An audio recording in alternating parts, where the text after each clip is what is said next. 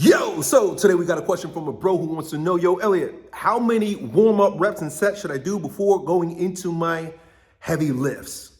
Great question, bro, but before we go, you want to know my name. It's Elliot Hulse. I'm a strong man, strength coach. I've been making men strong here on YouTube since 2007, dude, and you just stumbled upon your new favorite fitness channel for men over 40. And if you're sick and tired of being fat and nasty and you want to get jacked and lean for the second half of your life, go to alphaschool.ai or click the link down below and apply to work one-on-one with old Uncle Yo.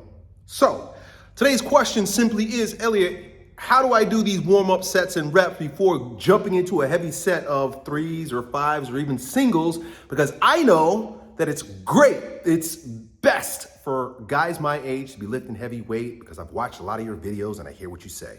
That's right, man. You should be lifting heavy weights. There's a specific way that you want to lift the heavy weights, and the way you warm up is going to support the way you lift heavy weights. And if you do it the way most guys do it, you're doing it all damn wrong.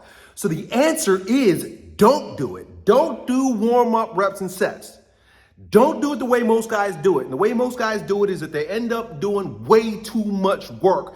Their warm-up sets are like, if you're gonna be doing 3s and 5s and singles, and you're gonna be doing the type of training that I suggest you do for all of the reasons why, and then you get underneath the bar and you start doing, 10, 15, sometimes 20 reps. Guys are doing way too many reps, way too many sets, and burning themselves out with their warm-up rather than preparing themselves for the actual precision lifts that they're going to be doing next.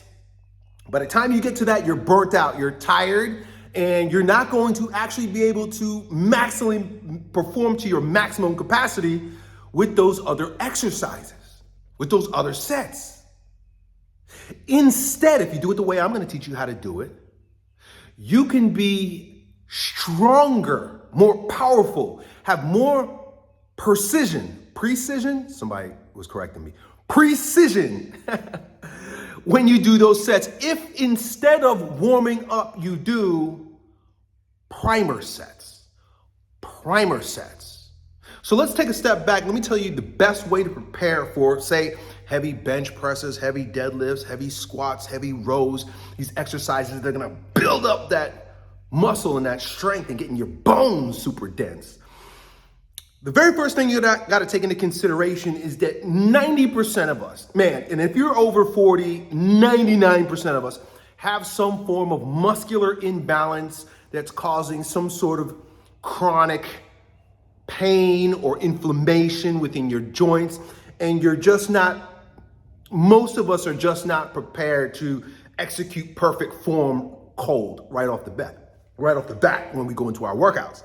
So the very first thing that you need to do in terms of your warm-up is more of corrective stretching and exercising. I like to call it activation. Corrective stretching and exercise activates the muscles that you want to use in order to execute your heavy lifts. So for example, most guys in the upper body have overdeveloped or tight neck muscles and muscles in the front of their shoulders. And they also have really weak scapular adductors, the muscles that draw the shoulder blades down and together and create a foundation, a base for you to really press really hard off of. So before going into your heavy sets, right? Before even doing any reps whatsoever, before your primer sets, before your so-called warm-up sets, which you're not doing anymore, and of course your working sets, you want to stretch those muscles. You want to stretch those muscles, and you want to strengthen the muscles that are typically dormant, right? There are going to be certain muscles that are tonic, and there are going to be those that are phasic. They're going to be those that are dominant and those that are recessive. I guess you could say it that way. And when you have that relationship going on, say for example, between the front of the shoulder and the back of the shoulder blades, you end up having what's called reciprocal inhibition. And that basically means you have some muscles that are going to just take over the movement, and they really work hard during the exercise. And then you have others that are really important for stabilizing your ability to do it, that are completely dormant, they're completely dead, they're completely sleeping. They have what's called motor sensory amnesia. Your muscles can actually have amnesia. So the way you go about it is stretching, right? Real simple. Like if you're gonna stretch your pec minor against the door jamb, right? You just do a stretch for the front of your shoulder, right? You could stretch your neck this way. And then for the muscles that are dormant, that have amnesia, you want to activate them. So for example, with the scapula adductors, I'll grab a pull-up bar, or I'll do an inverted row where the pull-up bar is, the bar is in the rack right there, and then I can lay down. And it's almost like a reverse bench press, where I just draw the shoulder blades together, boom, and relax it, right? So I draw the shoulder blades down and together, boom. And so what am I doing here? Right? Imagine I'm laying backwards, right? So I'm laying down. Right? I'm drawing the shoulder blades down and together, almost like I'm doing a prone cobra. I did a video about that not too long ago. But here it's just a little bit more like a bench press. I'm activating those muscles. What that does is it turns it on and it reminds the muscle that, hey, I need you. Don't go to sleep.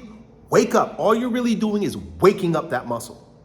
You could do the same thing in the lower body by stretching most people have tight quads and hip flexors, and they have weak glutes. So you could do things like hip extensions. You could stretch the front of the quads. I like to do reverse Nordics, right? That really stretch the front of the quads, but also activate the glutes before I do my lower body exercise. So that's the first part of your so-called warm-up. You can call it activation. It's really corrective stretching and exercising, right? And when we're doing these reps, we're not trying to fatigue the muscle. In fact, you do not want to fatigue your stabilizers before you go into a big bang exercise like a powerlifting lift, like a squat or deadlift or a bench press or overhead press. You don't want to fatigue your stabilizers. A lot of guys end up fatiguing their stabilizers and wonder why their joints hurt when they're doing these lifts, or why their joints hurt when they're lifting heavy. Right? It's not that there's anything wrong with lifting heavy. It's the best thing to do, but it's because you got jacked up posture and reciprocal inhibition, and you're not activating the way I'm telling you right now. So activation just takes one set. I mean, if you're pausing, you could even do like 5 reps, right? Where you're just pulling, right? Right? We want accuracy. We want precision. We want you to take your time, right? And once you're done with that, then you go over to the exercise, like the one that you're going to do, whatever exercise it is. And if you're following my suggestion to keep your reps sort of low and keep your intensity, meaning weight, kind of high, you want to mimic that with your primer sets, not warm-up sets, primer sets. So with your primer sets, like say for example, if I'm doing 5x5 on my bench press, I want to choose a lighter weight. It is a lighter weight, but I'm only going to do 3 to 5 reps. And I'm going to squeeze really tight. I'm going to focus on all of the posture, all of the form, all of the instantaneous axis of rotation with all of the joints, right?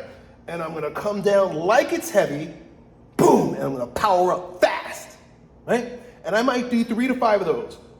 Boom, right? I will typically do 1, maybe 2 sets like that. And it's less about warming up the joints, warming up the muscle.